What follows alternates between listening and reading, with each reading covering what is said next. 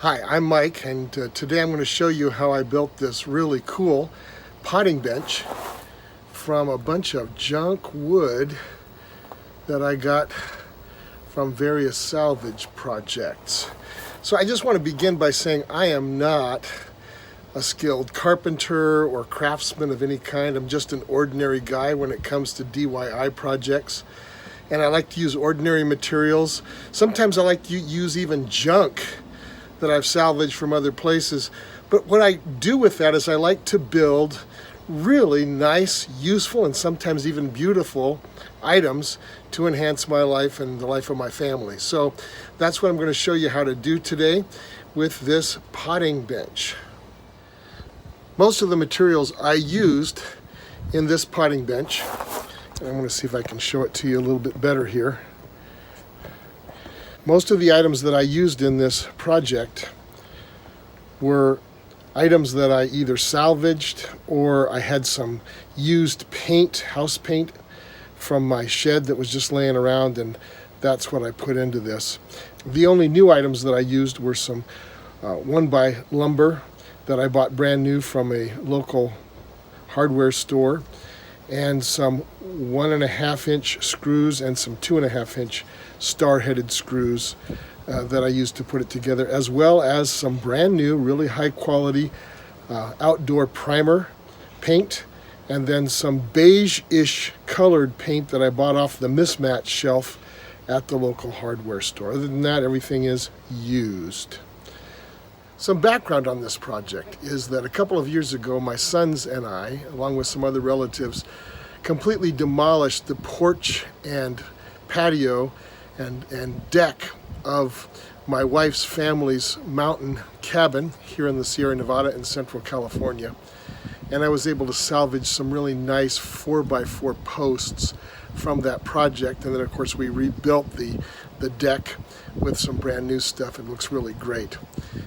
The other material that I got came just within the last year when my younger son moved into a rental house, and his landlord wanted to take down an arbor that showed some signs of dry rot. And so from that demo, I was able to salvage several nice long 2x4s from that were still really, really solid.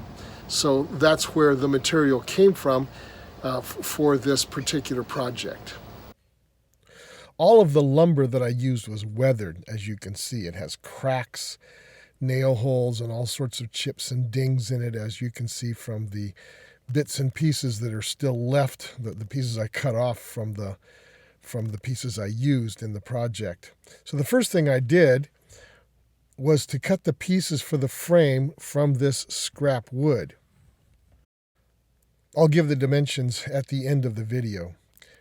Now, once I had the main pieces cut from the solid parts of the scrap lumber, I filled the cracks and holes and dings with some good quality wood filler I already had on hand. The filler dried solid overnight in this Central California heat, and then the next day I was able to sand it all down and get off that old flaky paint and smooth out the filler so that it was flush with the surface of the wood and the cracks and holes were all filled. These are the 1.5 and 2.5-inch screws that I used. Obviously the 2.5 is on the right, 1.5 is on the left. I want you to notice this is the star head on it. So these really drive really nice if you've got a star head driver. And a lot of times the packages of screws that you buy, the star-headed screws, will have a star head driver in the package so that you don't have to buy it separate. Now, once all that prep work was done, I could put the frame together. I built the frame for the main table first, the tabletop. I didn't want the end cuts of the side pieces to show from the front, so I designed the table with the side pieces of the frame butting up against the ends of the front and back pieces, as you can see here. And then I attached the legs once the tabletop was constructed, the frame of the tabletop was constructed. And to build the frame, I used these same 2.5-inch screws that would go through a 2x4 and well into another one, so that's pretty solid. The front legs came out to be a total of 38 inches long in the front part, and then the back legs are a total of 50.5 inches long. Now I should say, the reason I'm saying total is before I attached the legs, I had cut 4 3.5 by 3.5 inch squares from a piece of pressure treated 2x4 that I had in my scrap pile. I screwed these pieces to the bottoms of each of the 4x4 legs to prevent dry rot from setting in as the legs rested on the ground over time. And so with the pressure-treated bottoms attached, the pressure-treated bottoms being 1.5 inches thick, the overall length of the legs became 38 inches in the front and 50.5 in the back. So you can do your subtraction to get the length of the pieces I cut without the pressure-treated pieces on the bottom. I then attached the frame of the bottom shelf. This time I cut the ends of the frame pieces at a 45-degree angle. Not sure why, just because it looked good in some of the other plans that I looked at. I built the top shelf much like the main shelf, with the side pieces butting directly to the front and back pieces, as you can see here.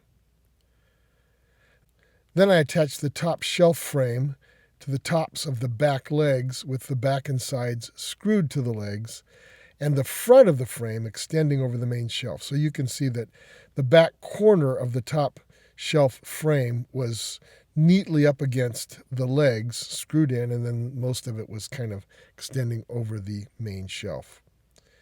So now I was ready for the shelf and the table tops.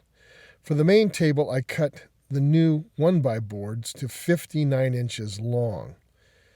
And so with the overall width of two of those 59-inch 1x boards, being each of them about little over 11 inches, I was able to butt two of them together for the front part of the main tabletop. And that left about 5 inches in the back where the back legs come through the frame.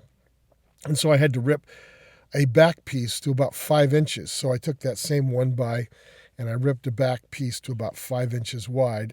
And then I had to measure and cut where the legs would extend through. And you can see where I cut out little squares for the 4x4 legs.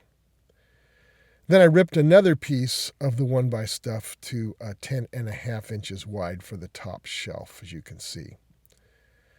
I then attached these pieces with the 1.5 inch screws. You don't need the big heavy duty 2.5 inch screws for that. 1.5 inch screws will do just fine. And I like the star heads because they don't slip out if you have a Phillips head driver. So the star head drivers, boy, I'll tell you that if you got any power in your driver at all, that 1.5 inch screw goes in, or the 2.5 inch screw, doesn't matter. You don't kind of slip around. It's pretty solid. Now, to make sure that no one would accidentally run up against a corner of the tabletop and hurt themselves, I cut the two front corners of the tabletop off at a 45-degree angle, and I went back about 3.25 inches down the side and along the front to make that cut, and you can see what I did right here. For the bottom shelf, I used 12 scrap pieces of 2x4 cut to 23 inches. So I used that same scrap I used for the frame. And then I made two more side pieces to fit in between the legs, cut to 16 inches. And after attaching these shelf pieces to the bottom shelf frame, I attached them at more or less equal spacing. I didn't worry about doing a lot of math. I just kind of spaced them out by eye until they looked good and screwed them in. I used the 2.5 inch screws, or the 2.5 inch screws for these, since they're 2x4s. And then I applied the exterior primer to everything. Once that primer was thoroughly dry, I then applied several coats of the brownish green paint that I had laying around in my shed to the tops of the tabletops, so the top shelf, the main table, and then the bottom shelf. I applied the brownish green paint to, and then I used the beigeish paint that I got off the sale table at the hardware store to the frame. So after all the paint was dry, I set 4 12-inch pavers into the gravel, and then of course I leveled them all in relation to one another so that I could put the table on that, the potting table on that, and the legs could be up off the ground as much as possible for damp weather. And really, that's it. Okay, well, that's the first DIY video I've made. I've made a lot of other videos on various subjects ranging from the Bible and Christian faith to culture and philosophy, and you can view those videos on my Aspect Ministries YouTube channel, or you can go directly to our ministry website, which is aspectministries.com, and you can view the videos under the video tab there. I'll probably make some other DIY videos in the future, along with the other kind as well, and so I hope you'll watch. Thank you for watching this. This is Dr. Michael Bogart with Aspect Ministries.